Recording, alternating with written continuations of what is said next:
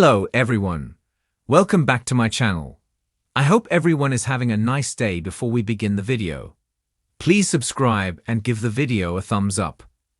General Hospital spoilers and rumors tease since Lucky Spencer, Jonathan Jackson, took his son Aiden Spencer, Colin Cassidy, to Paris for a vacation together, a mystery could be solved.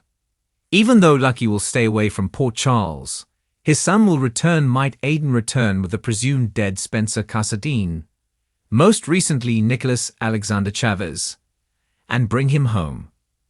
Viewers may remember when Lucky found Jake Weber, Hudson West, on Casadine Island and brought him, alive, to his mother Elizabeth Baldwin, then Weber, Rebecca Herbst. It turned out Luke Spencer, Tony Geary, hadn't killed him after all. In a drunk driving accident, Helena Casadine, Constance Towers, had kidnapped him. He'd been kidnapped from GH and taken to Casadine Island. The truth came out after the memory mapping between Drew Kane, Cameron Matheson, and Jason Morgan, Steve Burton, was exposed. And to top it off, Jake wasn't missing any kidneys, so it wasn't his that was transplanted into Jocelyn Jack's, Eden McCoy, after all. That came out many years later when Nell Benson, Chloe Lanier, showed up, and Jocelyn's father was partly behind it. No body was ever found despite exhaustive searches of either Spencer or his crazed ex, Esme Prince, Avery Kristen Pole. When it came time for the funeral, there are only empty graves. In the cases of Drew and Jason, their deaths were faked. Most recently, Victor Casadine, Charles Shaughnessy, had kidnapped Drew, while Jason was intercepted by Jagger Cates, Adam J. Harrington. But in Spencer and Aiden's case, we saw them go off the ship and into the river. Saint Spencer may have been washed up, as his turtle dove was seen floating near a bank. On the other hand, we also saw Sonny Corinthos, Maurice Bernard, and Julian Jerome, William DeVry, go into a river. Julian floated up. Sonny was amnesiac in Nixon Falls. It's possible the same thing happened to Spencer, as had previously happened to his father Nicholas Casadine, Adam Huss. As well, only Nicholas minus the amnesia. It took a long time for Trina Robinson, Tabiana Ali, to heal and move on from Spencer's death and become involved with Kai Taylor, Jen's Austin Astrup, and they're getting serious. A return of a living Spencer, amnesiac or not, would put Trina into a quandary. What would she do? How would she react if she saw him in Port Charles again? No doubt Laura Collins, Jenny Francis, and Nicholas would be thrilled to see Aiden delivering his cousin, like Lucky once delivered Jake. Chances are, Spencer would be amnesiac or, like his father, have been seriously injured and possibly just recovered, or he would have tried to reach out. Perhaps the sight of his cousin Aiden, and possibly his uncle Lucky, who may have helped if it's a rescue. Port Charles has never truly been the same since Spencer Casadine vanished from the canvas. His complicated relationship with Trina, his torn loyalty between Ace and Esme, and his tangled Casadine legacy left behind a void, one that fans have not forgotten. But now, just as the dust is settling and Trina is on the cusp of moving forward with her life, whispers of a new mission are emerging. Could it be Aiden Spencer, the thoughtful, intuitive young son of Elizabeth Weber, who holds the key to Spencer's return? New General Hospital spoilers tease that Aiden may set off on an emotional and dangerous journey to find the missing Casadine heir and bring him home, setting into motion a dramatic rescue arc that could reunite fractured families and shake the foundations of Windermere and beyond. Aiden is no longer the quiet little boy playing with dinosaur toys in the halls of General Hospital. The son of Lucky Spencer and Elizabeth Weber has grown into a smart, sensitive teenager with a deep curiosity about the people around him and the truth they hide. His quiet nature hides a brilliant mind and an observant heart, one that has noticed just how broken things feel at home. Elizabeth has been overwhelmed lately, juggling her work at GH and the fallout from recent family drama. Cameron is thriving away at Stanford, and Jake is dealing with his own issues, leaving Aiden often alone and reflecting on the people who've come and gone in his life. One name continues to haunt him: Spencer. The last time Aiden saw his cousin, there was tension, pain, and so many things left unsaid. Now, months later, that silence has only grown louder. Aiden stumbles upon a discarded envelope tucked behind a drawer in Windermere. One he suspects was meant for Nicholas, but never reached him. Inside is a letter, scrawled in Spencer's handwriting. The message is brief, cryptic, and unfinished. But one thing stands out: the mention of a place in France, a small village where Spencer once hid after faking his death. Aiden's heart races. Could this be a clue? Could Spencer be hiding in plain sight, waiting for someone to care enough to look? Unable to let it go, Aiden begins researching. He scores old social media posts, emails, and family correspondence, tracing Spencer's past trips abroad. What he finds shocks him. There have been sightings. A young man matching Spencer's description photographed at a bookstall in Paris. A Casadine hair rumored to have stayed at a private boarding house in Lyon. A casino transaction under the name Nicolas Street Claire, a fake name Spencer once used. Aiden connects the dots, and his gut tells him it's true. Spencer is alive. And he's alone. Elizabeth, worried about Aiden's sudden obsession with a distant relative, tries to intervene. But Aiden won't be swayed.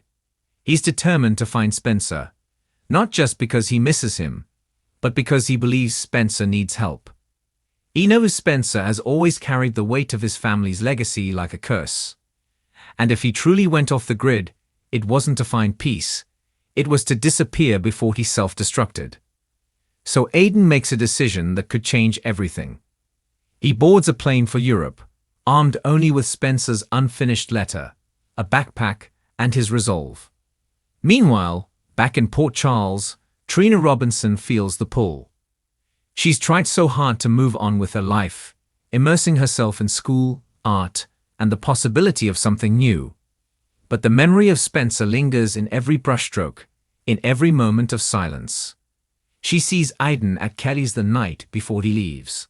And though he keeps his plan a secret, Trina notices his nervous energy and the stack of Casadine articles on his phone. It clicks. She rushes to Elizabeth, who is stunned to find Aiden missing. When word spreads, the family is in chaos. Laura is horrified. If Aiden is truly chasing down Spencer in Europe, he could be placing himself in the crosshairs of whatever danger Spencer was running from. Nicholas is called in, and for the first time in months, the Casadine patriarch is forced to face the damage he left behind. While some suspect Spencer doesn't want to be found, others believe the opposite. He's lost, hurting, and waiting for a sign that someone still believes in him. In Europe, Aiden's quest leads him down winding streets and into shadows. He speaks to locals, shows Spencer's photo, and slowly, pieces of the puzzle fall into place. At a remote artist commune on the outskirts of Marseille, he meets a woman who knew Spencer by another name. She says he stayed for a few weeks, painting by the sea, drinking too much, brooding at sunset. One night, he left without a word, leaving behind only a single sketch of a woman on the beach, a woman who looked exactly like Trina.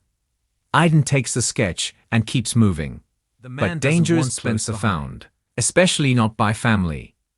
Back in Port Charles, Trina decides she can't wait anymore. She boards a flight to France, determined to help Aiden and maybe, just maybe, see Spencer again. What she doesn't know is that Jason Morgan, working quietly with Anna and Jordan, has also picked up on chatter that could point to Spencer's whereabouts. If Spencer is alive and off the grid, Jason believes it's not by choice. He's hiding for a reason, and they need to know why. The search for Spencer becomes a collision course of hearts, secrets, and long-buried truths. Aiden finally finds him at an abandoned monastery in Provence, working under an assumed identity, surrounded by books, candles, and paintings. Spencer looks older, hardened, but the flicker of recognition in his eyes when he sees Aiden melts the distance between them. At first, Spencer resists. He says he can't come back. That too many bridges were burned. That Trina deserves someone better. But Aiden won't accept that. He tells him the truth about Esm's fate, about Ace living with Laura, about Trina waiting for answers. He tells him that Port Charles isn't healed, it's just paused, waiting for him to come home and face what he left behind. Spencer breaks down. All his guilt, grief, and regret pour out. He confesses that he left not to hurt Trina, but to save her from becoming collateral damage in his family's war. He feared he'd become like Victor, Nicholas, even Helena. But Aiden convinces him that redemption doesn't come from running. It comes from returning. Together, with Aiden's courage and Trina's arrival, the tide turns. Spencer agrees to come home. But just as they prepare to leave, an ambush threatens their plan. The enemy who's been following Aiden makes his move. A scuffle ensues, and just when things look bleak, Jason arrives, taking out the threat and helping them escape. Back in Port Charles, Spencer's return sends shockwaves. Trina faces him with pain, fury, and love in her eyes. They talk through their heartbreak, their unresolved feelings, and their hope. Aiden watches from a distance, knowing he didn't just find Spencer. He brought healing to a family long fractured. Elizabeth embraces her son with pride and sorrow, grateful he returned safely. Laura holds Spencer in a long overdue hug, whispering that no matter what, she never gave up on him. And in that moment, the Casadoins, the Webbers, and even the Corinthos clan feel the ripple of what just occurred. Aiden Spencer, in choosing faith over fear, brought home a piece of Port Charles's soul. And the question that began this journey, will Aiden find Spencer and bring him back, gets its answer in the most dramatic, heartfelt, and unforgettable way. He did. And now that Spencer is back, the real story begins. Thanks for watching this video, and please subscribe our YouTube channel for more update news.